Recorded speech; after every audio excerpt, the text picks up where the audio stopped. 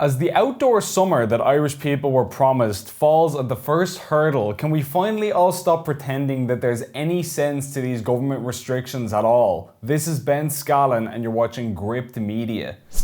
It's now officially the summer and people all over the country are having a well-earned whale of a time enjoying the good weather after effectively being under house arrest for a year and a half. The lockdown restrictions are far from over yet, of course, but they've gradually started to be rolled back enough that people can finally start to enjoy themselves a little bit. And sincerely, good for them. People young and old are perfectly entitled to enjoy their summer and socialise, especially after the lockdown ordeal that we've all endured.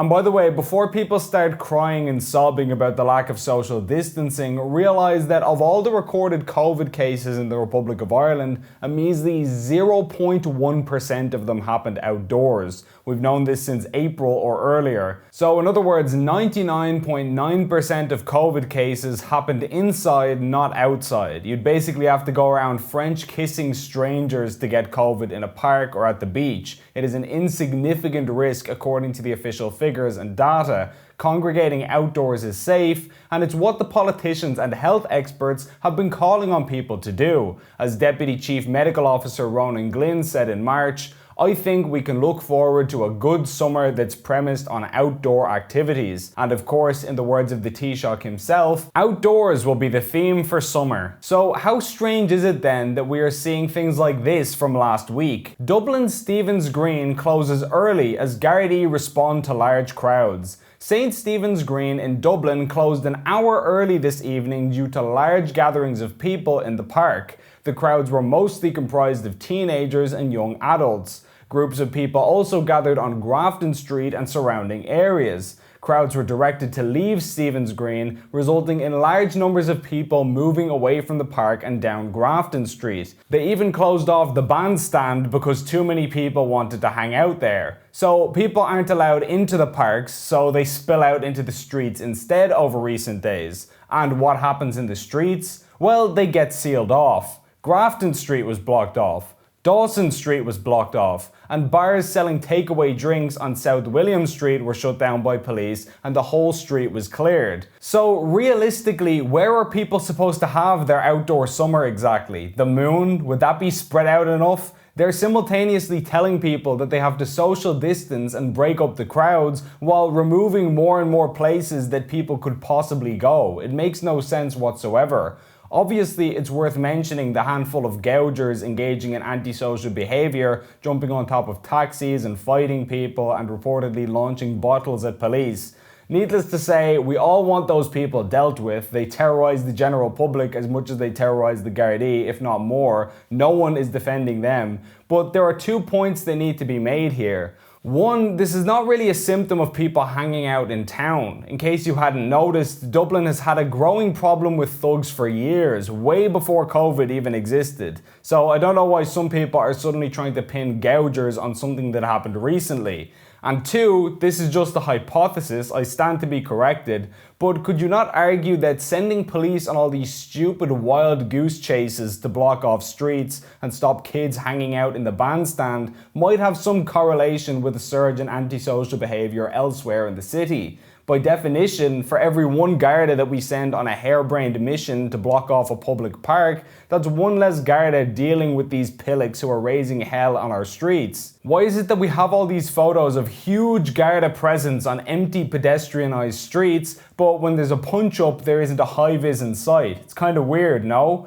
And as Simon Harris of all people has admitted, these individuals comprise a tiny part of the overall crowds enjoying their summer. So instead of blocking off entire streets and punishing normal people, why can't the authorities do their jobs and deal with these yobbos? You'd think that with emergency powers, the cops would at least be able to handle criminals better. We have all the drawbacks of living in a police state, i.e. no freedom to speak of, and none of the supposed benefits.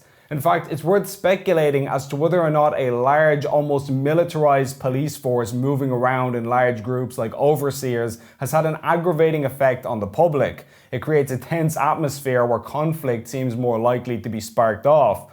Obviously, this is not defending thugs, nor am I blaming the rank and file Gardaí who are just doing their jobs, but this relationship with the public is not creating the most soothing conditions, to put it mildly.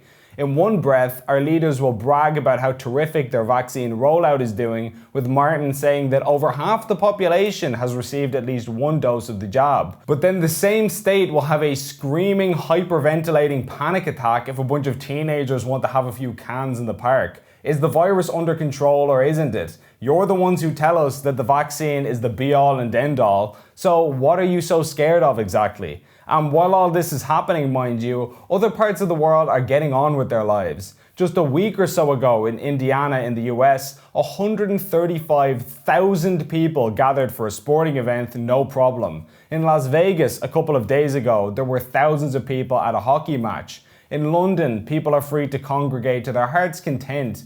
And meanwhile in Ireland, we have this nonsense. They're even panicking over the Indian variant, with NEFIT saying that it could lead to local lockdowns, even though only 1% of those who have contracted it in the UK have been admitted to hospital, which is less than the British variant. In fact, Ireland currently could fit all the people hospitalised with COVID-19 inside a double-decker bus, yet this is worth suspending the Constitution and all of our fundamental rights for. The concept of fun itself has to be outlawed because of this. Even the regulations around only being able to stay in a pub for 105 minutes are absurd. It's like the €9 substantial meal thing all over again. You have to stay for 105 minutes, not 106 minutes, not 90 minutes, 105 specifically. COVID is sitting there with a stopwatch waiting to pounce at the 105 mark. And by the way, won't this just encourage people to pub crawl and move around, potentially spreading the virus even more? Not only that, but Professor Luke O'Neill is going on about how if you're outside and you can smell someone's aftershave, that means you can get COVID off them. But you can smell someone's aftershave through a mask, so does that mean that you can still get COVID while wearing a mask and that masks don't work? A 1-year-old could see the holes in these arguments. Ultimately, we are reminded that we are being governed by total incompetence and that there was no sense or rationality to anything that our political leaders do.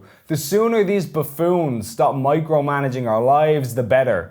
Please like and share this video, and if you enjoyed it, please consider signing up for a monthly donation via the link on screen to help us produce more content like this. Alternative media like Gript needs all the assistance it can get, and every donation goes a long way. As always, thanks for watching.